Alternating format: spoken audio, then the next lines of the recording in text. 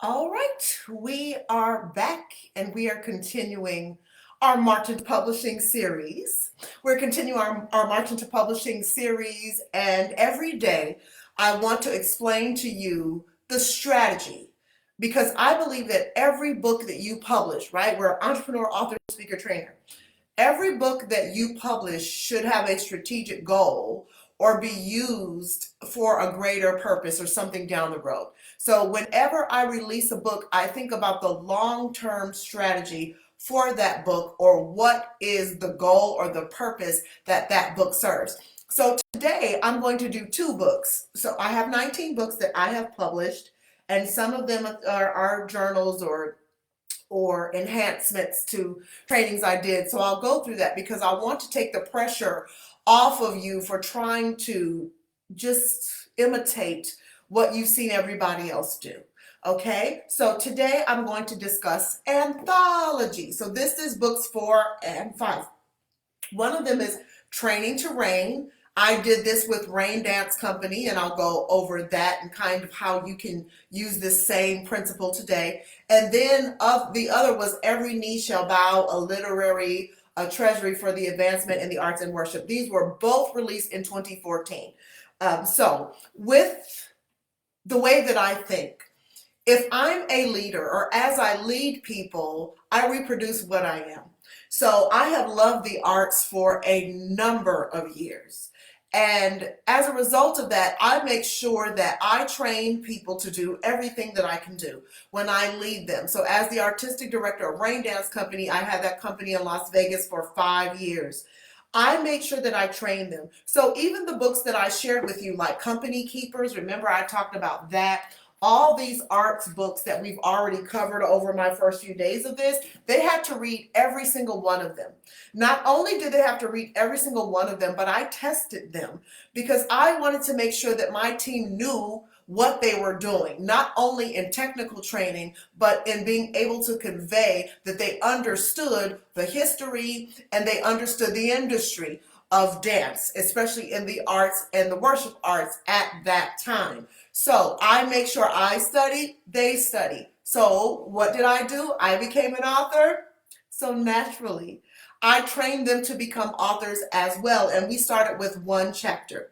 Okay, so not only did I require leadership and I required study and I required application, but I also required them to travel. And I'm saying this for a reason because when you don't develop people, it's hard to expect things out of them, or it's hard to expect high results out of what you did not plant or try to grow. You know what I'm saying? So I made sure that they were well versed. Every year they had to travel twice. So not only did everyone on my team have a passport from my 10-year-old all the way to my seniors, but they had to travel with me twice, which meant as a leader, because I was speaking all over, I didn't just go to conferences and then come back and tell them everything. They had to go with me to at least two. So people would come with me to other states, and they would travel as well as internationally. So we went to South Africa. We also went to the Bahamas as a team, in addition to several states across the United States, dancing everywhere.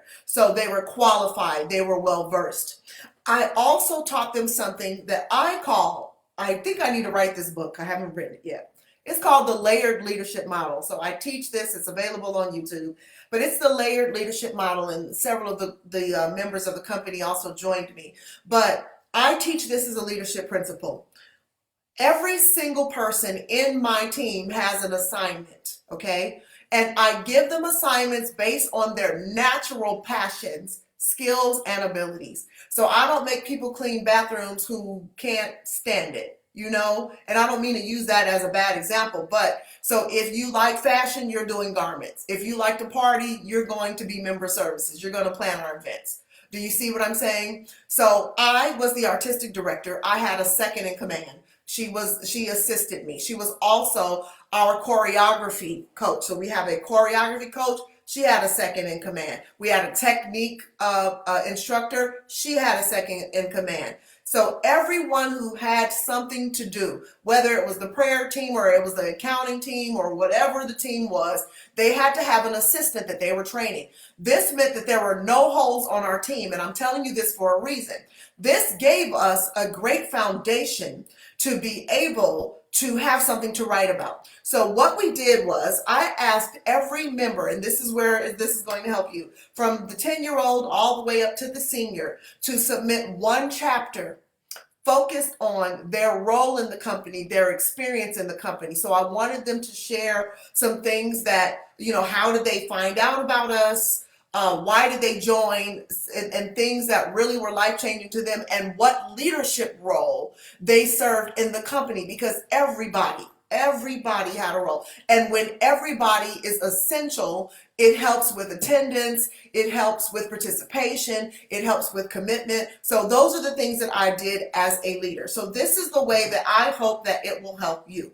Okay, so if you're thinking about using an anthology for your cause or organization, and for us, our 5-year anniversary was coming.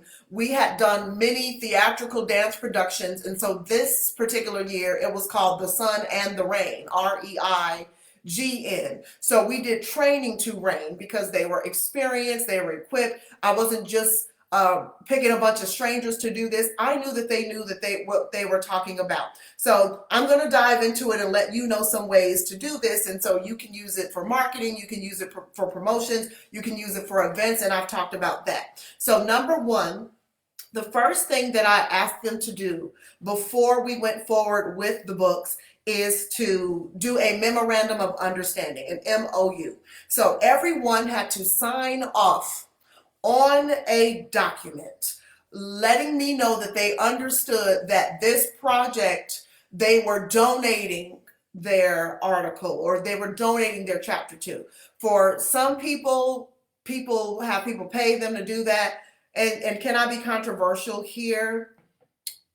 I have not seen anthologies particularly make a large amount of money for individuals. This is why I do push it for marketing and for organizations. As an individual, I've seen people pay $1,000 or more to be a part of an anthology, but can you recoup that? Or, are you using that to help inspire you to become an author in another way?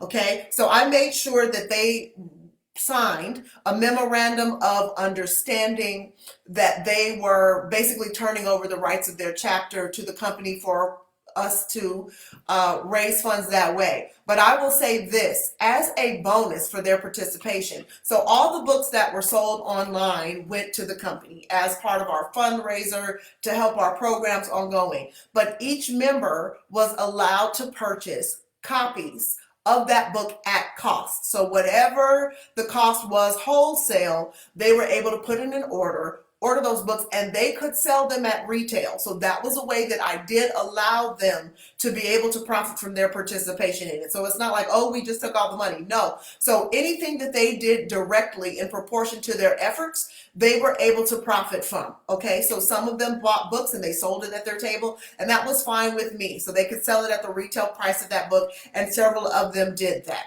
All right, so they signed an MOU. Secondly, we gave them a topic. So we said, here's your writing prompt.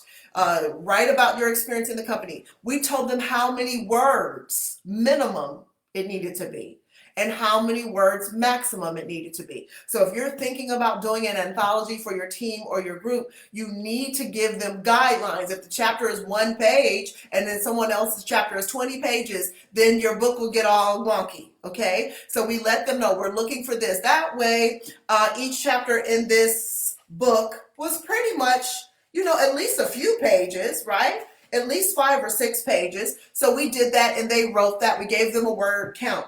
We also asked them to submit a short bio. So submit a bio of your experience, which we included in the book, the author's bio and the author's photo, a bio, as well as for them to upload a photo in JPEG or PNG format. That was pretty clear. Now, because we had several events that we had photographers, we had pictures of everyone in their dance garment because this was a dance company book that we did.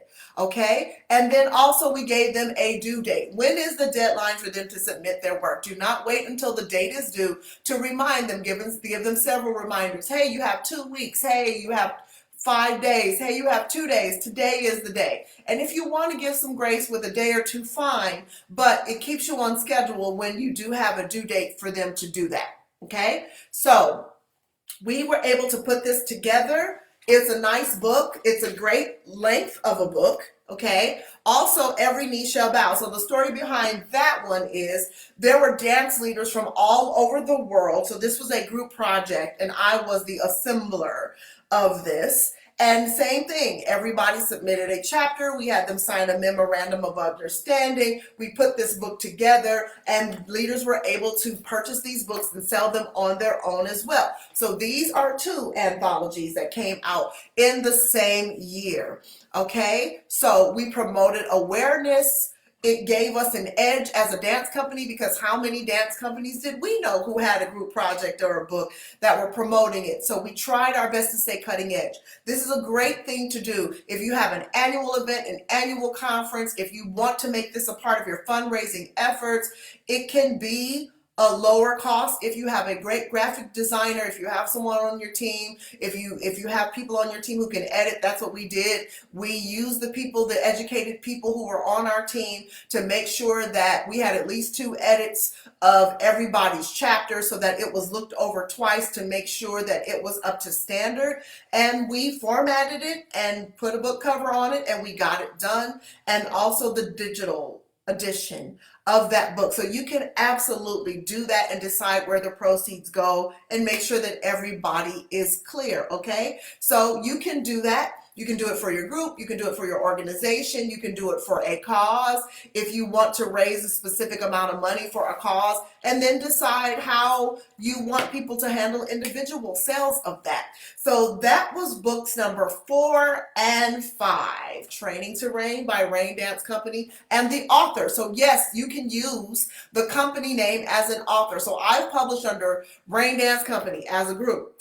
I publish as Success Speaks Global. So I've had a business, you can publish under your business. So these are great tips for you to use when you don't necessarily have to use your author name. So you can publish under a pseudonym, but you can also publish as an organization or a company. That was worth listening to this part of the video, okay? And so we did that, made sure that they were good. And so those are 2 examples, and we did a photo shoot for that. So those are 2 examples of ways that you can use anthologies to promote your cause or your organization. So tomorrow's Friday. That will conclude the first week that I'm going to talk about it, and then I'll jump back on Monday and switch it up a little bit, okay? So the next book that I published was Get Right Church, and I revised it. So I'll tell you about tomorrow how to leverage your books for profit. Everybody focuses on sales, but I'll tell you ways that you can actually earn a salary from leveraging your books for profit and not just trying to individually sell the books, which this sells, okay? But how do you leverage your books for profit and not do it like everybody else? So thank you for your feedback. Thank you for your comments. I hope that this is helpful, and remember to stay right. So tomorrow we will do book 6, Get Right Church, 7 steps for successful book publishing. Thank you so much, and I'll see you next time.